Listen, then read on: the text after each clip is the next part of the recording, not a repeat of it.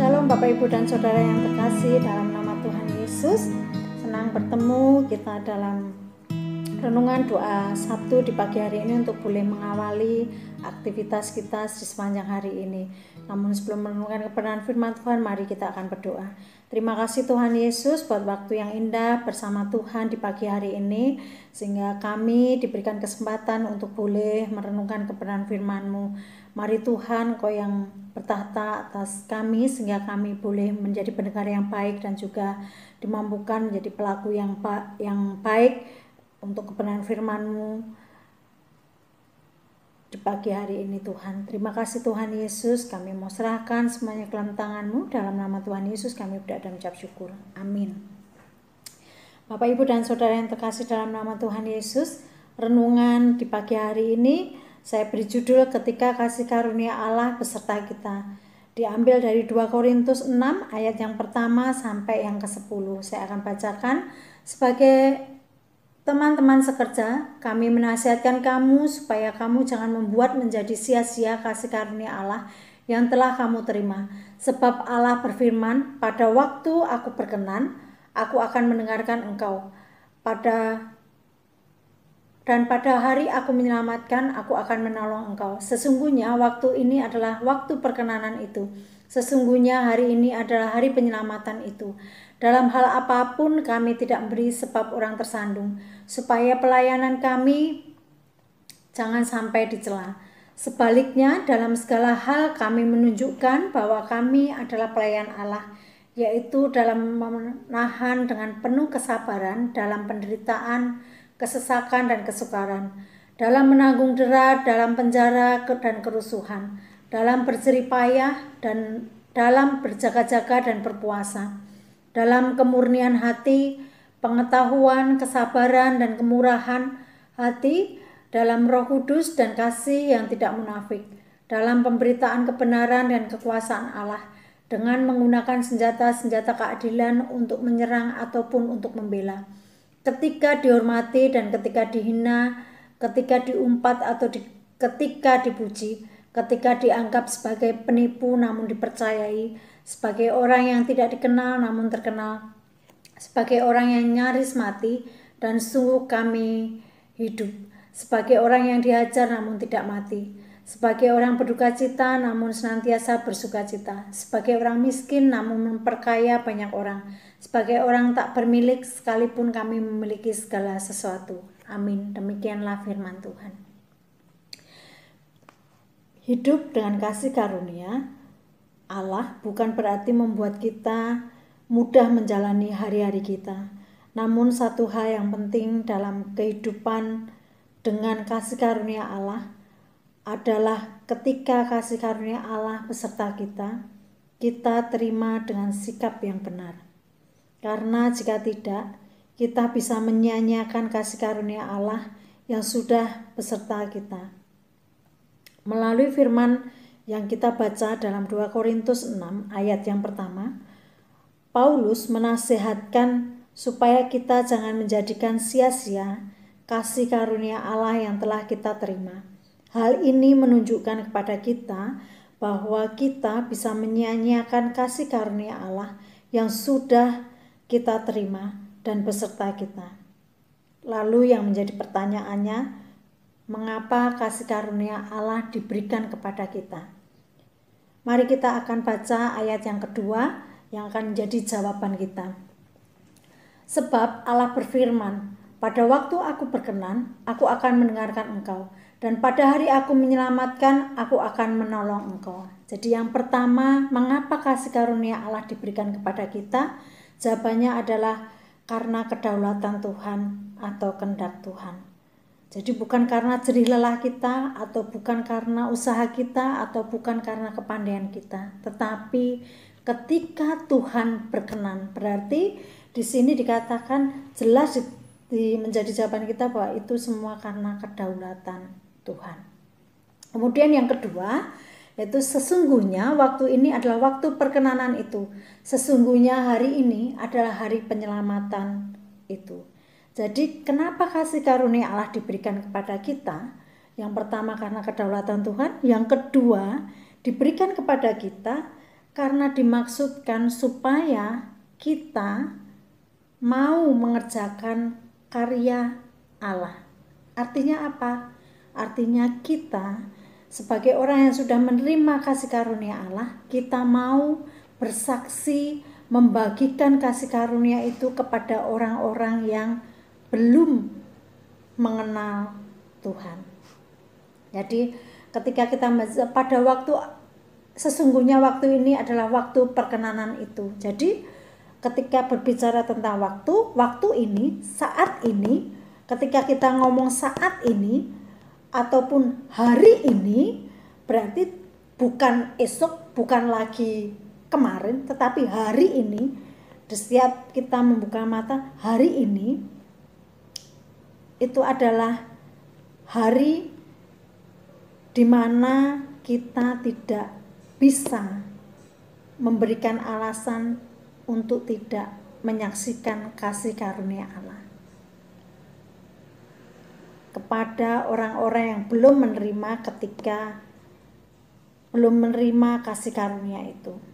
Jadi ketika ada kesempatan, ketika ada waktu, hari ini, saat ini, atau waktu ini, mari kita akan membagikan kasih karunia itu kepada orang-orang yang belum menerima kasih karunia. Sehingga apa yang dimaksudkan Allah, kenapa Allah memberikan kasih karunia kepada kita, itu dapat kita nyatakan.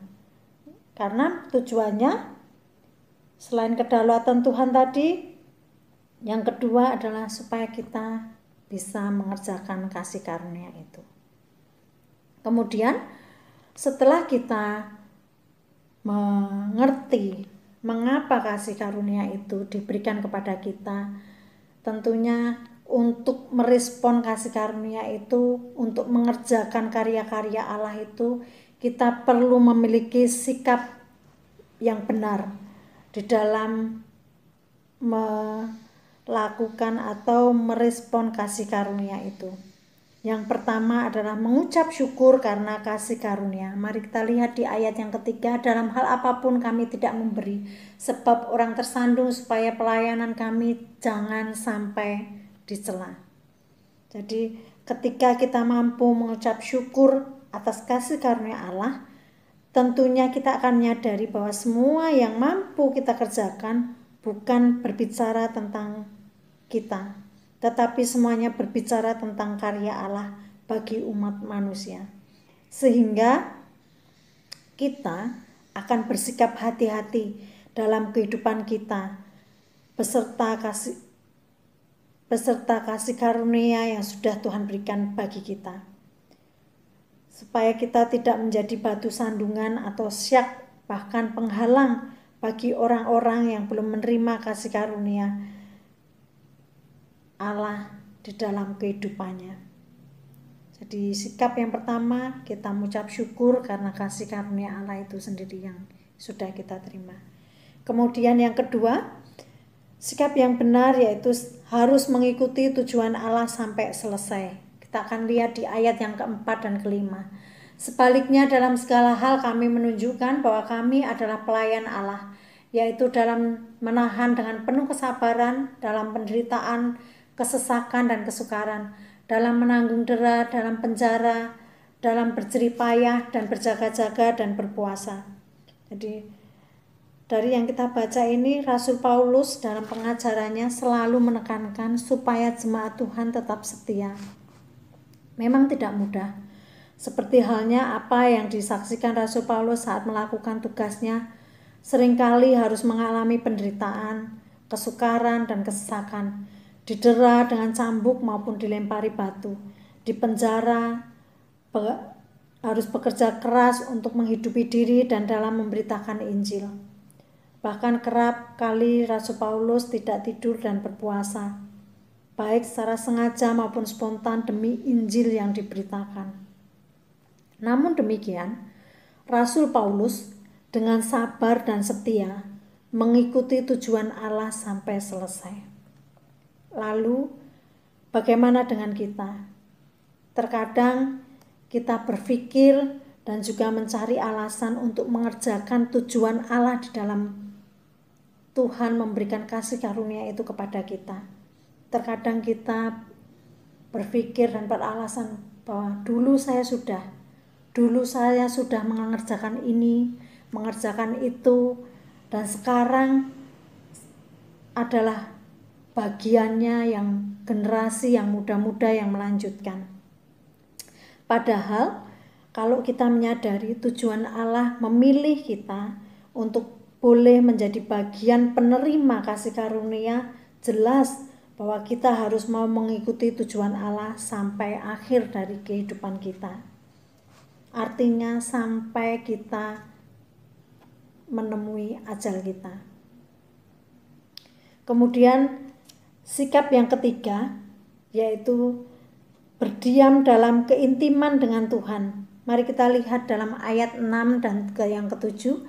Dalam pemberitaan kebenaran dan kekuasaan Allah dengan menggunakan senjata-senjata keadilan untuk menyerang ataupun untuk membela. Ketika dihormati dan ketika ayat yang ke-6 dan ke-7, dalam kemurnian hati, pengetahuan, kesabaran dan kemurahan hati, dalam Roh Kudus dan kasih yang tidak munafik, dalam pemberitaan kebenaran dan kekuasaan Allah dengan menggunakan senjata-senjata keadilan untuk menyerang ataupun untuk membela. Jadi yang sikap yang ketiga yaitu berdiam dalam keintiman dengan Tuhan. Untuk mewujudkan, untuk dapat mengalami berdiam dalam keintiman dengan Tuhan ini, tentunya ada hal-hal atau pedoman-pedoman yang baik yang boleh kita lakukan, seperti halnya yang dilakukan oleh Rasul Paulus. Dan saat pagi hari ini ketika kita membaca dari 2 Korintus 6 ayat yang ke-6 dan ke-7 ini, Rasul Paulus memberitahukan kepada jemaat di Korintus maupun kepada kita semuanya bahwa hal-hal yang baik atau pedoman-pedoman yang baik itu yaitu yang pertama tadi kemurnian hati. Berbicara tentang kemurnian hati, ini mustahil akan terwujud tanpa adanya kesalehan. Jadi tanpa adanya kesalehan, kemurnian hati, kebersihan hati tidak akan terwujud. Dan hal yang kedua yaitu pengetahuan. Ketika kita memiliki semangat pelayanan yang membara, yang menyala-nyala, punya kerajinan yang luar biasa, bagus. Tetapi ketika kerajinan, roh yang menyala-nyala, semangat yang menyala-nyala itu tidak disertai dengan pengetahuan yang benar, itu semua akan sia-sia. Karena setiap hal yang kita kerjakan hanya akan berdampak kepada kelelahan kita, ataupun mungkin rasa bosan, ataupun mungkin kejenuhan, karena tidak akan menghasilkan apa-apa tanpa pengetahuan yang benar. Kemudian hal yang ketiga yaitu tentang kesabaran, dan hal yang keempat tentang kemurahan. Ini berbicara tentang kesetiaan dan juga keteguhan di dalam bertahan saat-saat menghadapi himpitan, penderitaan, kesulitan di dalam kehidupan kita. Kita tetap harus mengerjakan apa yang menjadi tujuan Allah memberikan kasih karunia itu kepada kita tanpa alasan apapun. Karena ketika Allah memberikan kasih karunia itu kepada kita tanpa syarat, dan tentunya ketika kita mengerjakan apa yang menjadi tujuan Allah memberikan itu kepada kita, itu juga harusnya tanpa syarat. Jadi tanpa ada alasan, karena nanti Tuhan saya masih menderita. Nanti Tuhan saat saya sudah terlepas dari himpitan, kesulitan yang saat ini saya alami. Jadi tidak ada lagi alasan itu. Karena semuanya Tuhan memberi tanpa syarat, hendaklah kita juga membuktikan, memberikan, melakukan tujuan Allah di dalam memberikan kasih karunia-Nya kepada kita juga tanpa syarat. Kemudian selain itu ada hal-hal juga yang menjadi dasar pedoman Rasul Paulus di dalam melakukan, mengerjakan karya Allah di dalam kehidupannya, yaitu yang pertama, melakukan segala sesuatunya baik tentang pengetahuan, kemurnian hati, maupun kesabaran dan juga kemurahan hati, semuanya dilakukan dalam pimpinan Roh Kudus. Dan juga berdasarkan kebenaran firman Tuhan yang menjadi dasar kebenaran tertinggi dalam menentukan benar dan salah. Serta Rasul Paulus juga mengandalkan kekuasaan Allah dengan memakai semua perlengkapan rohani yang diberikan kepada orang-orang yang sudah dibenarkan oleh Allah. Jadi, untuk dapat kita menikmati atau mengalami berdiam dalam keintiman dengan Tuhan, ada hal-hal yang perlu kita perhatikan, yaitu hal-hal yang baik yang perlu kita lakukan, yaitu kemurnian hati, pengetahuan, kesabaran, dan juga kemurahan hati, dan juga mengandalkan pimpinan Roh Kudus serta sesuai dengan kebenaran firman Tuhan, dan juga mengandalkan kekuasaan Allah serta memakai senjata-senjata rohani yang sudah diberikan kepada setiap orang-orang yang sudah dibenarkan oleh Allah. Demikian firman Tuhan. Biarlah firman Tuhan hari ini boleh menjadi berkat bagi kita semua. Amin. Tuhan Yesus memberkati.